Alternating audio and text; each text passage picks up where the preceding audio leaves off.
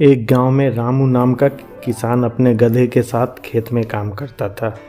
उसका गधा थोड़ा अजीब था।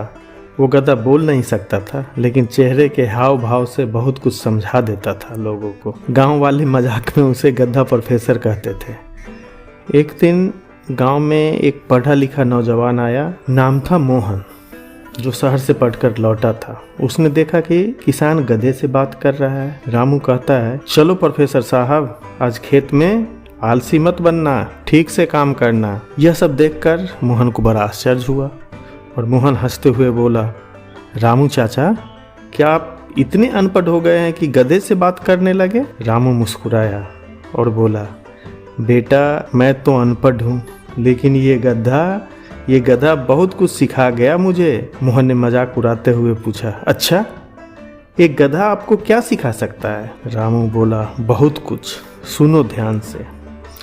गधा प्रोफेसर की 3 बड़ी शिक्षाएं, जिसमें से पहला यह है कि मजाक बनना बुरा नहीं, काम आना जरूरी है।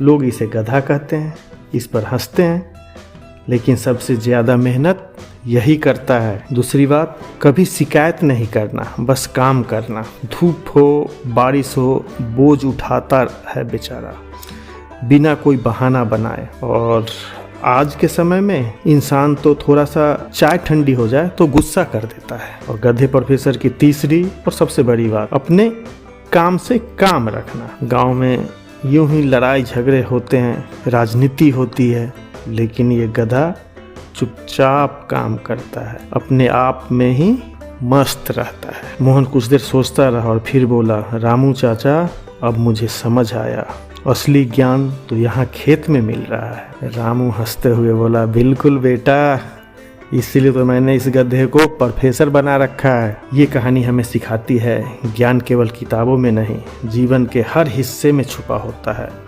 और जो सबसे शांत, सबसे सरल होता है, वो अक्सर सबसे ज़्यादा सिखाता है। धन्यवाद दोस्तों।